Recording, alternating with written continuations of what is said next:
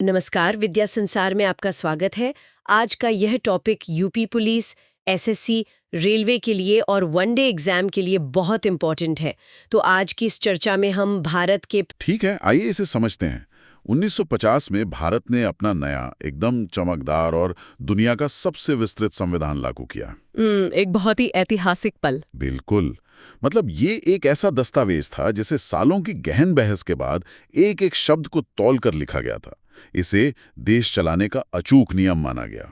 लेकिन हैरानी की बात यह है कि 365 दिन भी पूरे नहीं हुए थे और संसद को इस किताब को दोबारा खोलना पड़ा।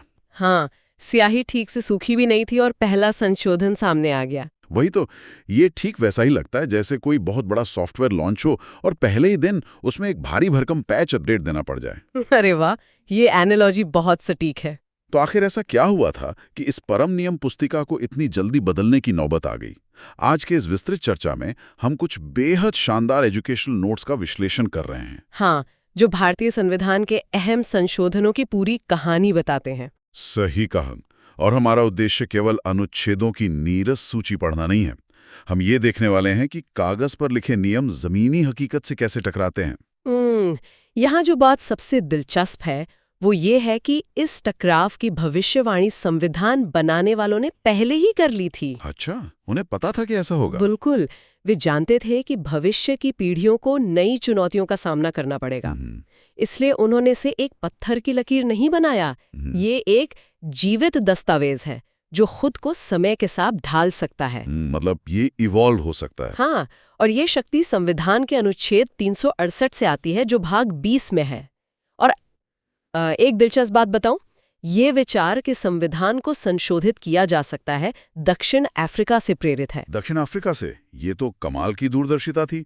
लेकिन फिर मेरा वही सवाल आता है, इतनी जल्दी क्यों?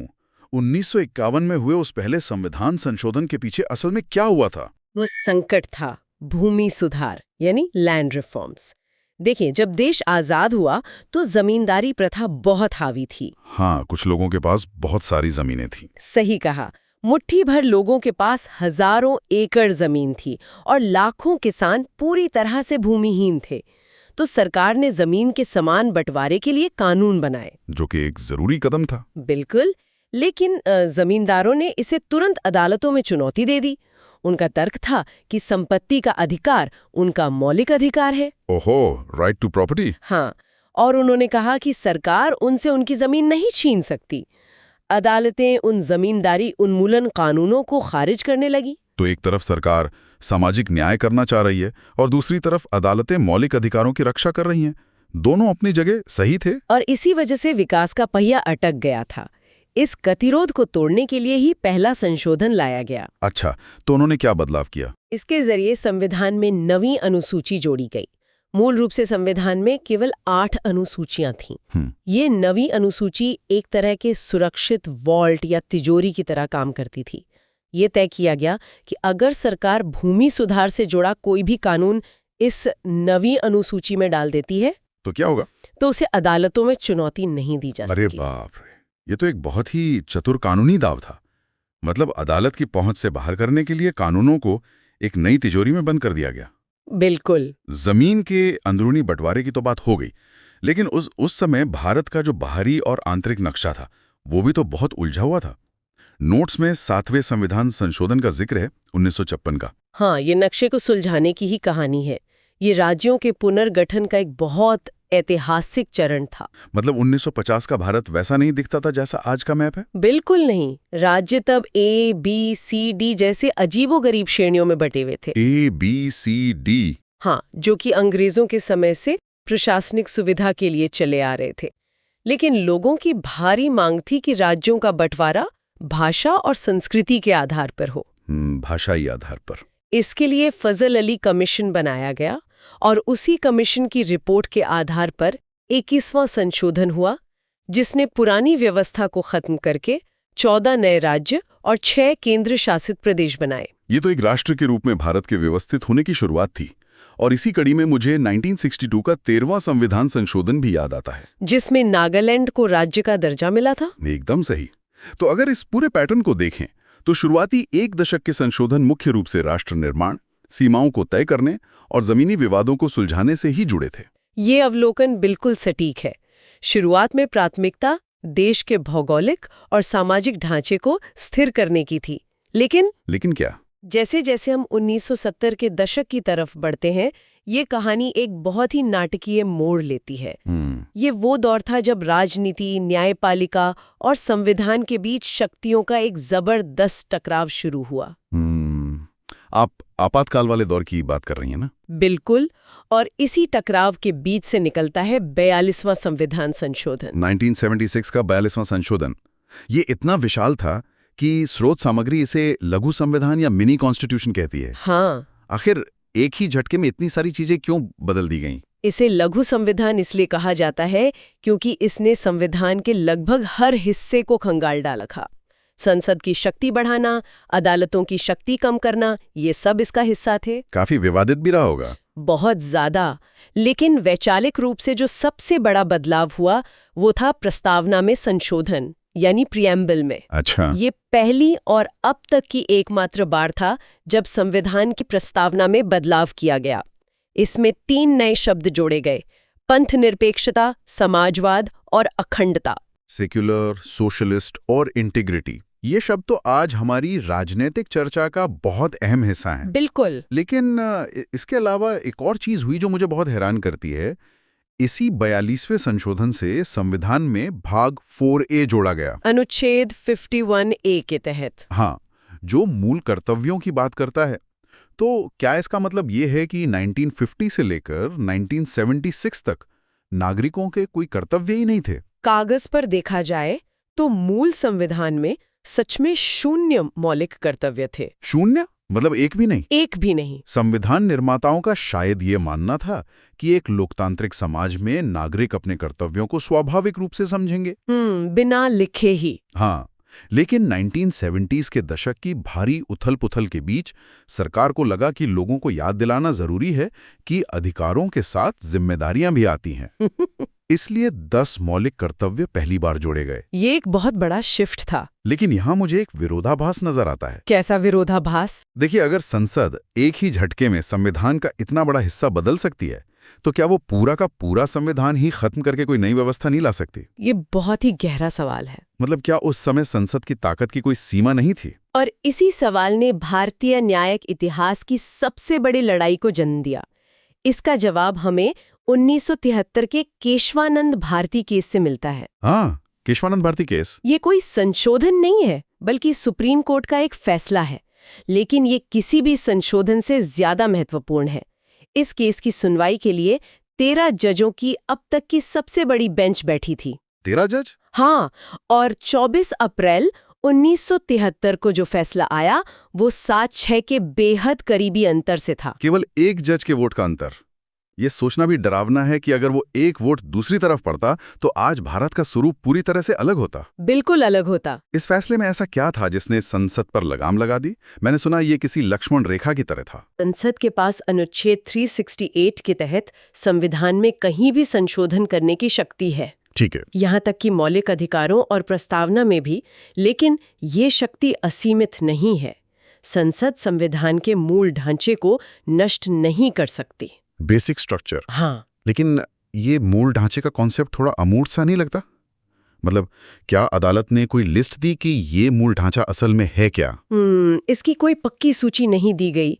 अदालत समय समय पर इसे परिभाषित करती है, लेकिन आप इसे एक इमारत की तरह समझिए। इमारत कैसे? आप एक इमारत के दरवाजे बदल सकते हैं, दीवारों का रंग बदल सकते हैं, एक नई मंजिल भी बना सकते हैं। हाँ, वो तो मरम्मत या संशोधन हो गया। बिल्कुल, लेकिन आप इमारत की नींव को नहीं उखाड़ सकते।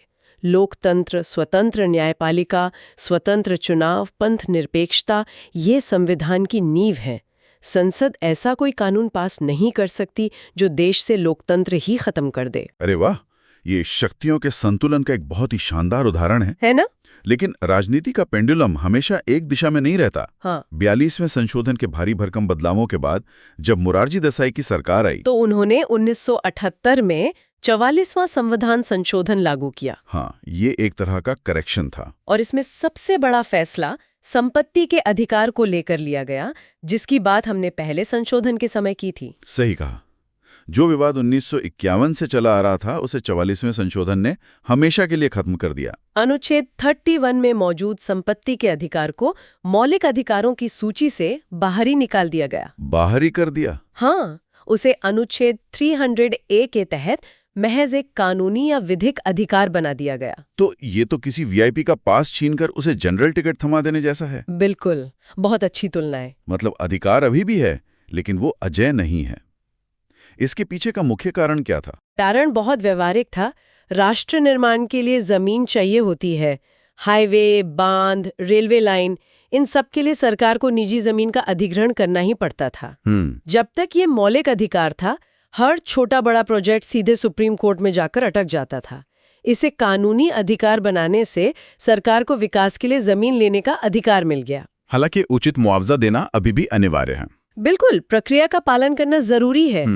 तो ये तो विकास में आने वाली बाधाओं की बात हुई, लेकिन उस दौर में राजनीति के भीतर भी एक बहुत बड़ी बीमारी पनप रही थी। अब विधायकों की खरीद फरोख्त की बात करें ना। हाँ, स्रोत सामग्री हमें 1985 के 52वें संविधान संशोधन की ओर ले जाती है, जो इसी समस्या का इलाज था। ये वो समय था जब आया राम गया राम की राजनीति अपने चरम पर थी। आया राम गया राम। हाँ। नेता चुनाव किसी एक पार्टी के टिकट पर जीतते थे और फिर मंत्री पद या पैसों के लालच में रातों रात दूसरी पार्टी में शामिल हो जाते थे। इससे तो सरकारें लगातार गिर रही होंगी।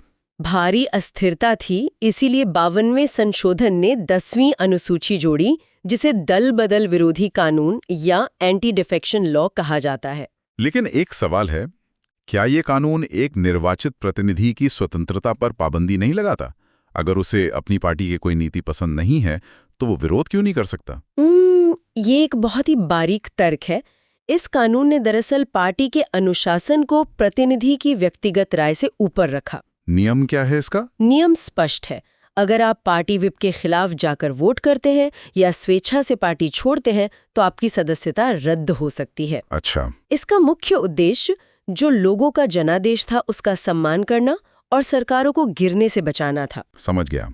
और लोकतंत्र को केवल स्थिर करने की ही नहीं बल्कि उसे और व्यापक बनाने की भी कोशिश की गई थी। 1989 में हुआ 61वां संविधान संशोधन इसका जीता जागता सबूत है। अरे हाँ, जिसने मतदान की उम्र कम कर दी थी। बिल्कुल। अनुच्छेद 326 में बदलाव करके वोट डालने की न्यूनतम उम्र 21 साल से घटाकर 18 साल कर दी गई। इस एक फैसले ने भारत की राजनीति का पूरा डेमोग्राफिक चेहरा ही बदल दिया।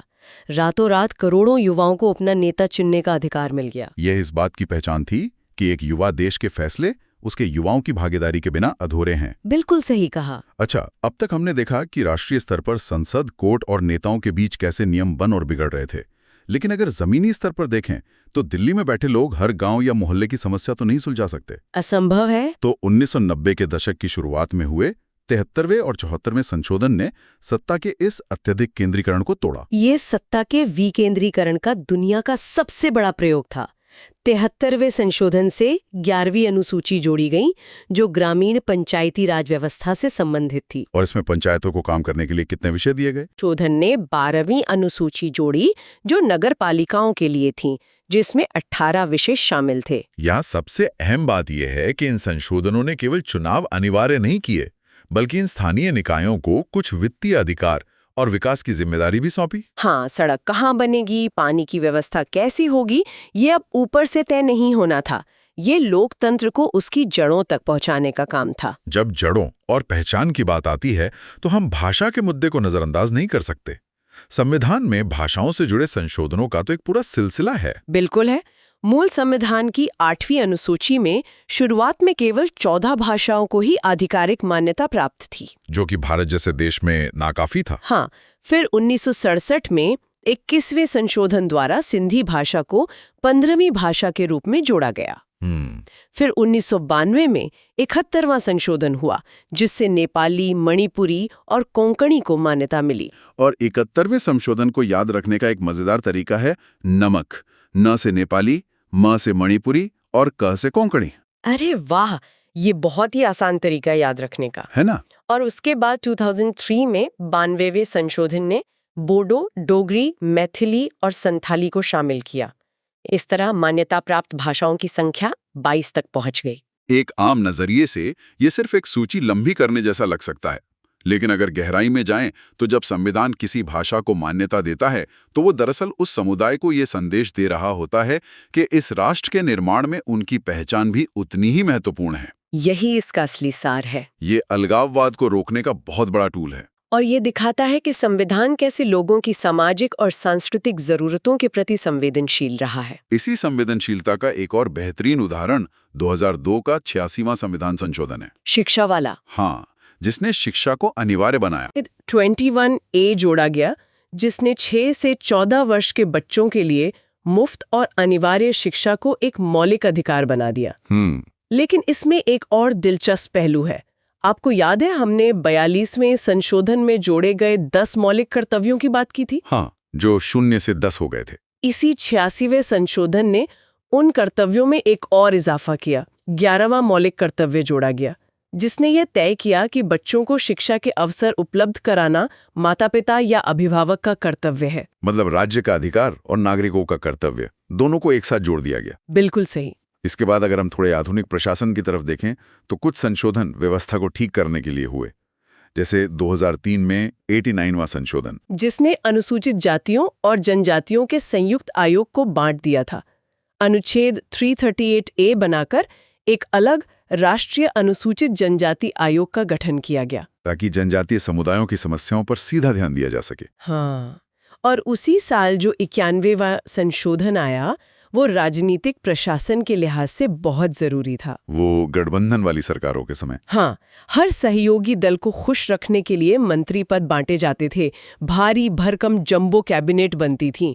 तो इस संशोधन ने एक लक्ष्मण रेखा खींच दी कि मंत्रियों की कुल संख्या लोकसभा या विधानसभा की कुल सीटों के 15% से अधिक नहीं हो सकती। हालांकि दिल्ली के लिए ये सीमा 10% रखी गई थी। हाँ, सही कहा। इसके अलावा 97वां संशोधन भी है, जिसने सहकारी समितियों को संवैधानिक संरक्षण दिया। ये सब देखकर तो लगता है कि संसद बस लगातार कानून बनाती जा रही है।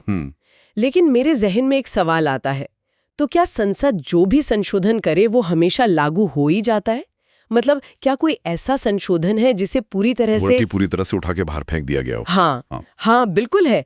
ये सवाल हमें 2015 के 99वें संविधान संशोधन तक ले जाता है। अच्छा, ये पूरे इतिहास का एकमात्र ऐसा संविधान संशोधन है जिसे सुप्रीम कोर्ट ने पूरी तरह से असंवैधानिक बताकर रद्द कर दिया। सच में? संसद के दोनों सदनों ने इसे पास किया और कोर्ट ने इसे पूरी तरह मिटा दिया। इसके पीछे का विवाद क्या था? ये विवाद जजों की नियुक्ति को लेकर था। भारत में जजों की नियुक्ति कॉलेजियम सिस्टम से होती है, जहां जज ही जजों को चुनते हैं। ठीक है। सरकार का तर्क था कि ये प्रक्रिया पारदर्शी नहीं है, इसलिए 99 में संशोधन के जरिए एक राष्ट्रीय न्यायिक नियुक्ति आयोग या NJAC बनाने का कानून पास किया गया, जिसमें सरकार के लोग भी शामिल होते। हाँ, जजों के अलावा कानून मंत्री और अन्य लोगों को भी नियुक्ति प्रक्रिया में शामिल होना था। इसका सीधा मतलब है कि सरकार का दखल न्यायपालिका में होने वाला था। बिल्कुल। और सुप्रीम कोर्ट ने इसे न्यायपालिका की स्वतंत्रता पर एक सीधा प्रहार माना। उन्होंने उसी केशवानंद भारती केस का हवाला दिया। बेसिक स्ट्रक्चर वाला। हाँ, उन्होंने कहा कि न्यायपालिका की स्वतंत्रता संविधान के मूल ढांचे का हिस्सा है और NJAC उस ढांचे को नुकसान पहुंचाता है, इसलिए इस 99वें संशोधन को कूड़ेदान में डाल दिया गया। बाप रे, तो ये साफ हो गया कि मूल ढांचा केवल किताब में लिखा कोई शब्द नहीं है, ये एक बहुत बड़ा हथियार है। शक्तियों के पृथक्करण का सबसे बड़ा परीक्षण था ये। खैर, इस रोमांचक यात्रा के अंतिम पड़ाव की ओर बढ़ते हैं। 2015 का 100वां संशोधन और 2017 का 101वां संशोधन। 100वां संशोधन तो कूटनीति से जुड़ा है। हाँ, ये भारत और बांग्लादेश के बीच दशकों से चले आ रहे भूमि सीमा विवाद को सुलझाने के लिए था। दोनों देशों के बीच कुछ जमीन के हिस्सों की अदला बदली होनी थी। 3 बीघा कॉरिडोर इसका एक चर्चित उदाहरण है। क्योंकि इसमें भारत की जमीन का एक हिस्सा दूसरे देश को सौंपा जा रहा था, इसलिए बाकायदा संविधान में संशोधन करना पड़ा। बिल्कुल। और फिर 2017 में आता है 101वां संविधान संशोधन, जिसने देश के हर व्यक्ति का बटुए पर असर डाला। GST, goods and services tax, ये आजादी के बाद का सबसे बड़ा अप्रत्यक्ष कर सुधार था। One nation one tax. हाँ, राज्यों और केंद्र के अनगिनत टैक्सों के जाल को खत्म करके भारत को आर्थिक रूप से एक एकीकृत बाजार बना दिया गया। तो इस तरह हमने 1951 के पहले संशोधन से लेकर 101वें संशोधन तक का सफर तय किया। जमीनों के बंटवारे से लेकर राज्यों के पुनर्गठन, जजों से टकराव और अंततः एक एकीकृत टैक्स सिस्टम तक। काफी लंबा सफर रहा। ये पूरी चर्चा ये साबित करती है कि ये 100 से अधिक संशोधन केवल पन्नों पर दर्ज कानूनी भाषा नहीं है। ये एक नए राष्ट्र की अपनी जमीनी सच्चाइयों और कमियों से जूझने की कहानी है। अगर हम इसे एक विचार में समेटें तो एक बेहतरीन संविधान वही है जो समय के साथ खुद को ढाल सके, लेकिन अपनी आत्मा यानी मूल ढांचे को न खोए। उसकी असली ताकत लचीलेपन में है। सही कहा। और इसी से मुझे एक बहुत ही गहरा सवाल याद आता है। सुनने वालों के लिए ये सोचने वाली बात है। क्या? एक प्राचीन दार्शनिक विचार है, शिप ऑफ थीसियस। अगर किसी जहाज का हर एक लकड़ी का टुकड़ा समय के साथ बदल दिया जाए तो क्या वो वही जहाज रहता है? अरे वाह, ये तो बहुत ही सटीक विचार है ना? 1950 में जो संविधान लागू हुआ था, उसके बाद से उसमें इतने बड़े वैचारिक और ढांचागत बदलाव हुए हैं। जरा सोचिए, अगर मूल संविधान के निर्माता आज वापस आ जाएं और इन संशोधनों को देखें, तो क्या वे इसे अपनी ही बनाई हुई किताब मानेंगे, या वे इस बात पर हैरान होंगे कि इस किताब ने एक विशाल देश को जिंदा रखने और आगे बढ़ाने के लिए खुद को कितनी खूबी से इवॉल्व कर लिया है? ये सच में सोचने पर मजबूर कर देता है। बिल्कुल। और इसी विचार के साथ इस ऐतिहासिक सफर का ये गहन विश्लेषण यहीं समाप्त होता है। ऐसे ही और वीडियो के लिए आप किस विषय पर वीडियो चाहते हैं वो कमेंट में जरूर बताएं और हमारे चैनल को लाइक करें, शेयर करें, सब्सक्राइब करें। धन्यवाद।